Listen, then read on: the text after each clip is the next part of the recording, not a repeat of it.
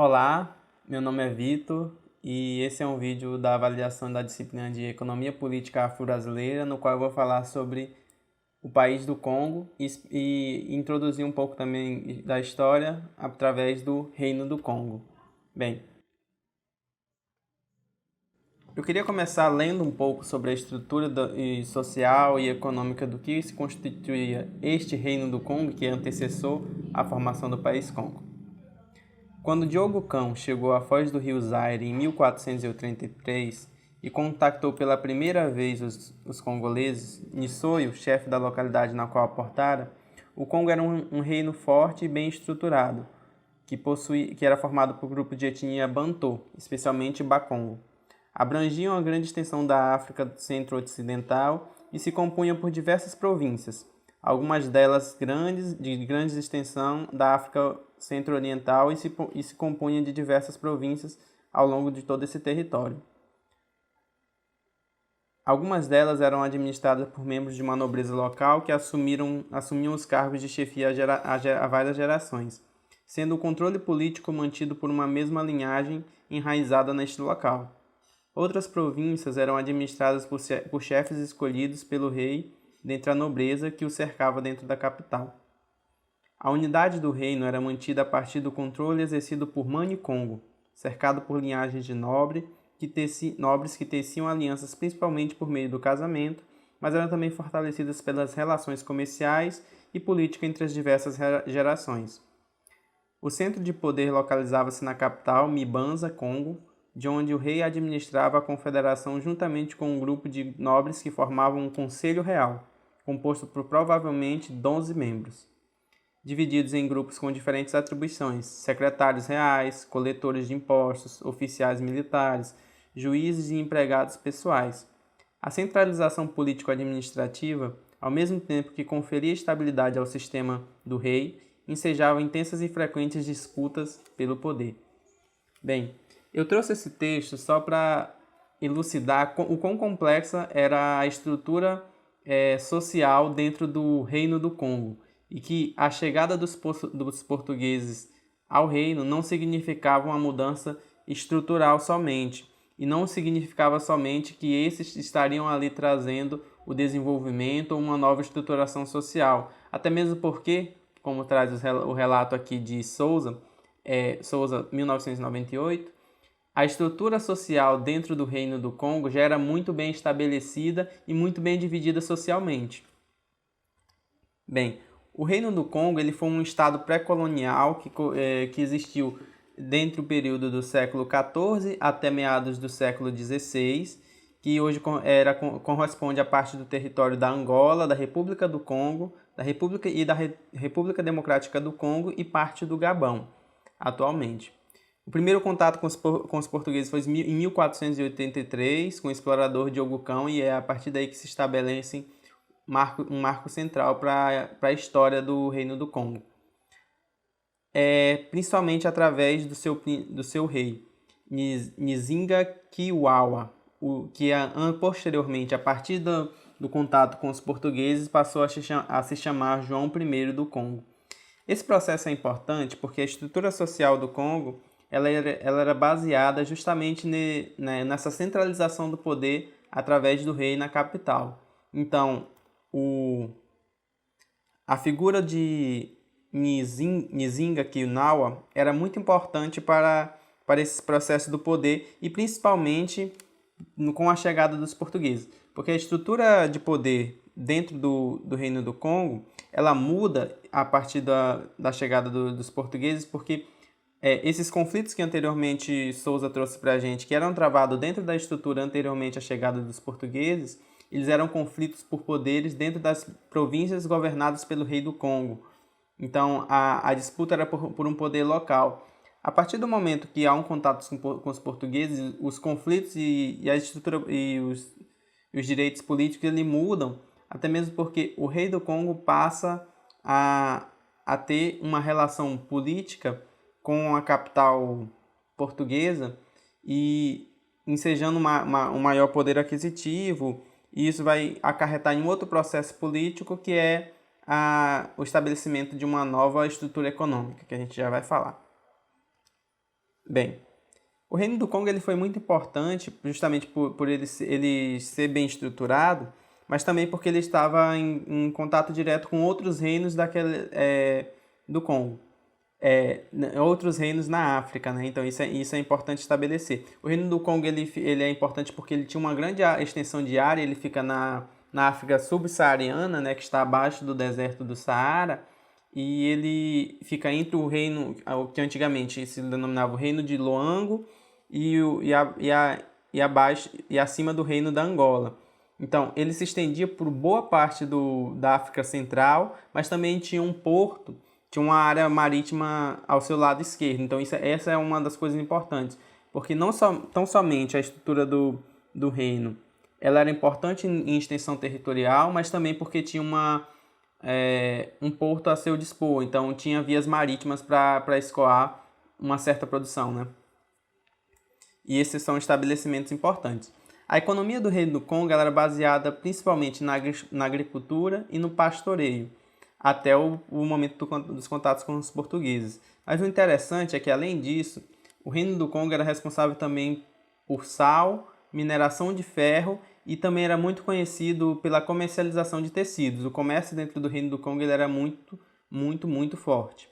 Então, esses outros aspectos da economia congolesa são muito importantes porque a gente vai entender como essa economia e esse território ele é fortemente vinculado a um processo de centralização do poder do rei, no caso o Nizuma, né? Isso é extremamente importante porque dentro do Reino do Congo já existia um sistema tributário, e não somente um sistema tributário, como também um sistema monetário. Então, o rei do Congo ele estabelecia essas relações políticas com as diversas províncias que tinham ao longo desse imenso território através do processo de tributação. Além de, para isso, para isso se faz necessário um sistema monetário. E o sistema monetário era baseado numa moeda chamada Nizumbo, que são pequenas conchas do mar, bem fáceis de reconhecer e bem acessíveis. E aí, eu até procurei, mas não saberia dizer como é que era feito o controle dessa emissão monetária, né? Qualquer pessoa podia pegar uma concha e fazer trocas monetárias a partir dela, então eu não acabei não achando nenhuma explicação mais profunda sobre esse sistema monetário, mas ele funcionava assim a partir do Nizumbo. Bem, essa estrutura é extremamente importante só para a gente continuar enxergando o quanto o Reino do Congo era evoluído socialmente, por possuir um sistema tributário, por possuir um sistema monetário, por ter uma estrutura social de imperialismo, né? de imperialismo não, de governança bem estruturada, e isso se dá não com a chegada dos portugueses, mas antecessora a ela. Então, isso é extremamente importante pontuar, até mesmo porque a economia congolesa era muito, muito importante dentro da África. Bem,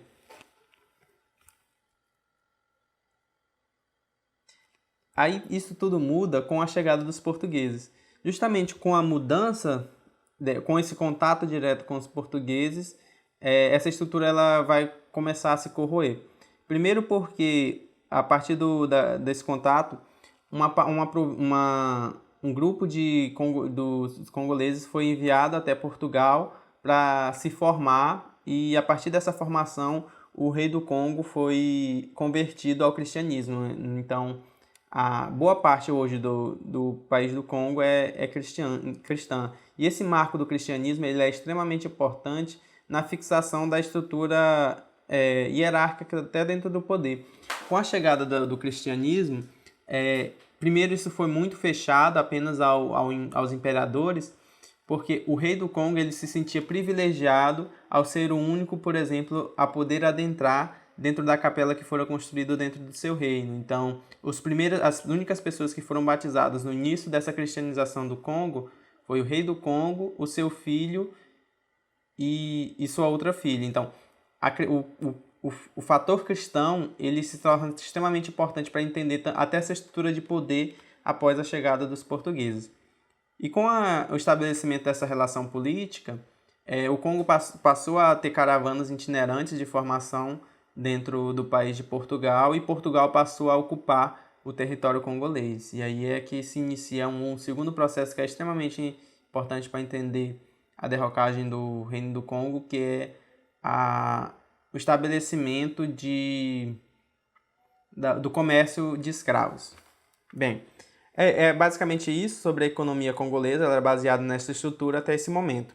Após a chegada dos portugueses, havia um grande interesse mineral dentro do continente africano. Só que isso não se correspondeu em ouro, né, que era a principal busca dos portugueses naquele momento, e não se converteu. E depois veio o interesse secundário, que foi no ferro, já que o Portugal era um grande exportador de ferro da Espanha, por exemplo, naquela época. Então, a mineração ela estava intrinsecamente ligada a essa estrutura econômica da relação de Portugal com o Reino do Congo.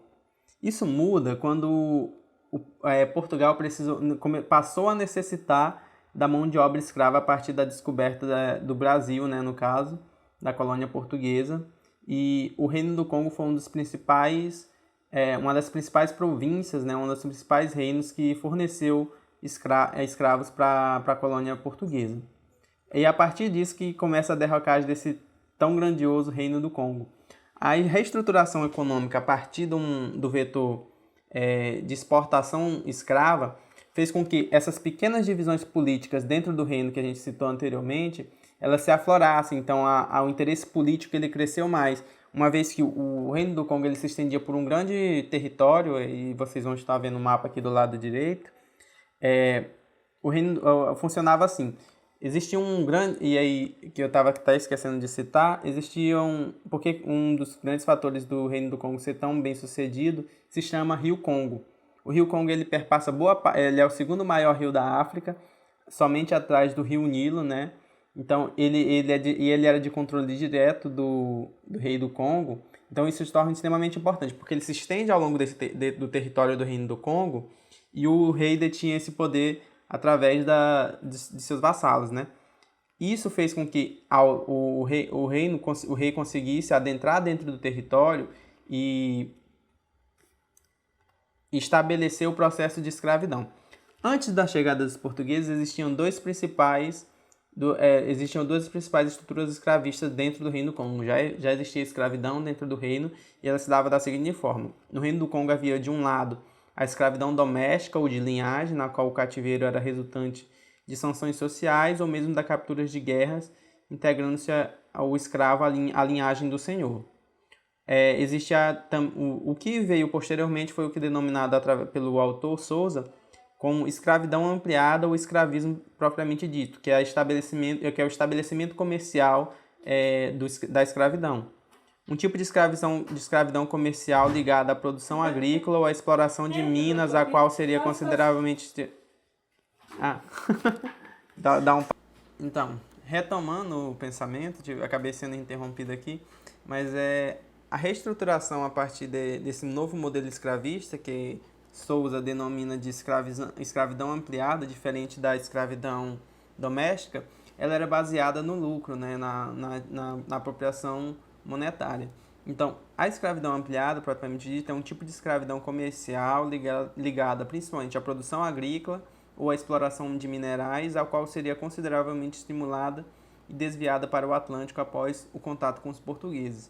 Então, veja que esse primeiro contato com os portugueses ele rompe totalmente a estrutura social da escravidão dentro do Reino do Congo. Essa escravidão passa a ter uma motivação econômica, e Portugal por estar estruturalmente dentro do poder do Reino do Congo a partir desse contato com o rei Manicongo e a sua conversão ao cristianismo, vai tornar essa relação estritamente possível, e o Reino do Congo vai ser coagido a estabelecer essa relação comercial com Portugal a partir do fornecimento de escravos. Isso é possível a partir de um processo geográfico. A gente viu nas aulas que a geografia é extremamente importante para a gente entender a história da África, e no Reino do Congo não é diferente.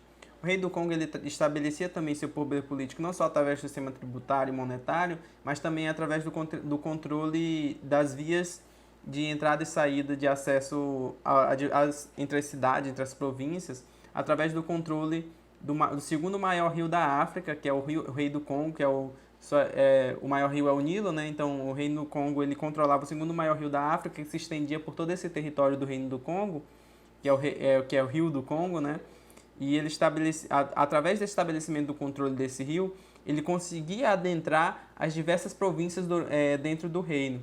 Isso significava um controle político muito forte, porque o estabelecimento dessa reestrutura da escravidão ele vai permitir que as guerras dentro do reino do Congo elas fossem estabelecidas não só para a sucessão anteriormente da escravidão doméstica, mas agora para a escravidão comercial.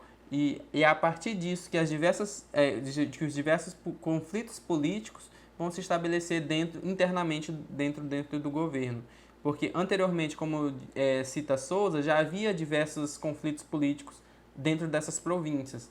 E com o estabelecimento da escravidão, isso se acirra mais, principalmente pelo controle político e econômico que essas pequenas províncias já possuíam, né? Eles tinham seu próprio poder político, mas a partir do estabelecimento da escravidão, a guerra ela passou a ser o principal fator.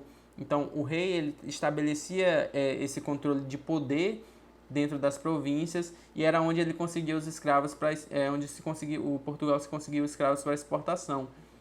Como o rei controlava o Rio do Congo, esse escoamento dos escravos até a Bahia, né, até o litoral era feito a partir da navegação do Rio do Congo. Aí vocês vão estar vendo aqui que é interessante porque o Rio do Congo ele se estende por um longo território, né?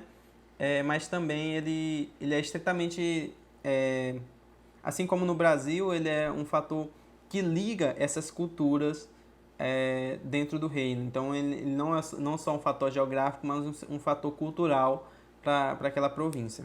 E é assim que o Reino do Congo vai se implodir, através desse processo de escravidão, justamente por esses diversos conflitos políticos que havia dentro do governo, mas principalmente pela escravidão que vai atingir fundamentalmente essas pequenas províncias através da força bruta, né? Então a escravidão estabelece a derrocada do Reino do Congo. De todas as maneiras, a derrocada do Reino do Congo, os autores ele argumentam três principais fatores para essa derrocada: o aumento no número de escravos traficados, a intensificação das guerras regionais e na alteração do equilíbrio de poder entre os poderes tradicionais e os poderes portugueses. Então, esse desequilíbrio de poder traz também a derrocada do Reino do Congo.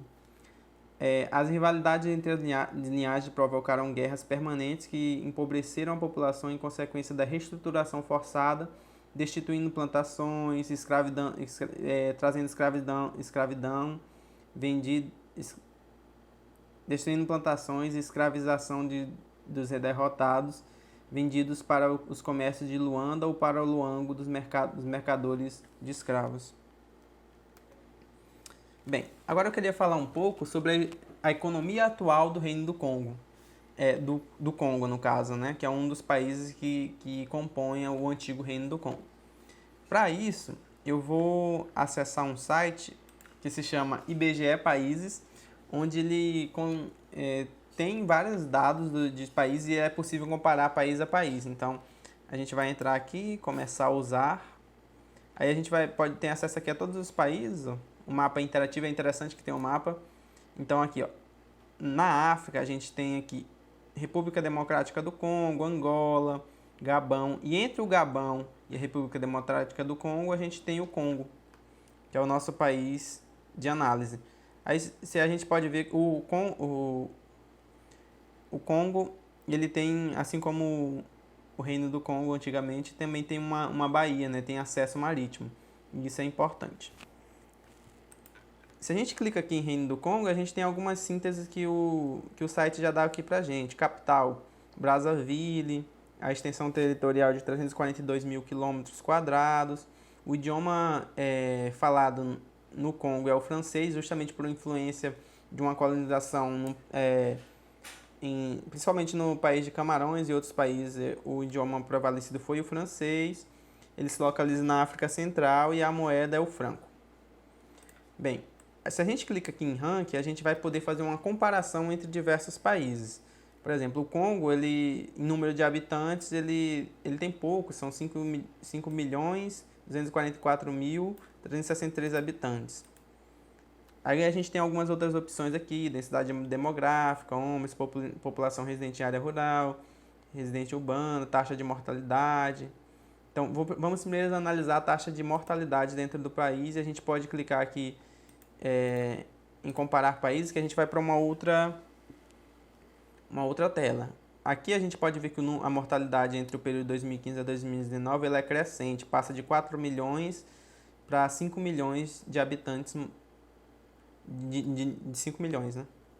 E se a gente clica aqui do lado direito em buscar países, a gente pode comparar essas taxas com outros países. E aí eu vou utilizar aqui Portugal, que é um país de interesse, já que povoou boa parte do Reino do Congo. E aí eu vou trazer aqui também o Brasil, que também é o nosso país de interesse. E a gente clica aqui e a gente vai ter 3 linhas no gráfico, né? Brasil, Congo e Portugal. A primeira informação que a gente pode ter aqui é de população e população total. Só para a gente tentar entender a disparidade. O Brasil, em 2015, ele possuía 204 milhões de habitantes. 204 milhões de habitantes, enquanto Portugal possuía 10 e o Reino do Congo 4. Isso em 2019, o Congo passa para 5 milhões, Portugal para 10 e Brasil para 211. Só que aí tem uma disparidade muito grande entre esses níveis de populacional. Se a gente vai olhar aqui agora um pouco das outras análises que a gente pode fazer, a gente pode analisar a taxa anual de crescimento. A gente pode analisar aqui primeiro dados só sobre economia. E aí a gente pode analisar um pouco sobre a chegada dos turistas, que é um indicador interessante. O Congo, assim como no outro gráfico, é o que sempre fica abaixo, com o menor número de turistas entrando no país. Em 2017, por exemplo, foram apenas 206 mil turistas chegados no país. O Brasil recebeu 6.589.000 turistas em 2017, enquanto Portugal recebeu 15 milhões de turistas. Se a gente vai, por exemplo, para outra rúbrica que é apresentada aqui para a gente vai em gastos públicos com a educação, a gente já vê até uma falta de dados para o Congo, né? O Congo ele gasta um percentual de 4% do PIB com educação em 2014 e passa para 4,6% em 2015. E o interessante desse gráfico é que ele é muito correlato e é o que é mais correlato entre os outros. Por exemplo, o Brasil em 2013 ele gasta 5,3% do PIB com educação e esse percentual cai para 4,9% em 2015. Enquanto Portugal gastava 5,8% do PIB em 2013 e passa a gastar 6,2% do PIB em 2015. Só recapitulando aqui que eu acabei errando, o Congo gasta 4% e passa para 4,6%, mas é Portugal que decresce. Portugal tinha 5,3% do PIB gasto com educação em 2013 e passa para 4,9% em 2015. É o Brasil que cresce, passando de 5,8% em 2013 para 6,2% em 2015. Bem, se a gente olha uma outra rubrica bastante interessante, que é os gastos públicos com saúde, ele se mantém mais ou menos constante, todos esses gastos, mas o Congo, novamente, é o país menos bem colocado dentre os 3, né, analisados, passando de 1,19% do PIB em 2013 para pouco mais de 1,194% do PIB em 2017. O Brasil é o segundo colocado com 3,5% do PIB gasto com saúde e passa a 3,9% em 2017. Enquanto Portugal é o que mais gasta, com 6% em 2013 e passa a 5% e decresce um pouco, né? Isso é interessante que no outro gasto com educação também decresceu, passa a 5,9%.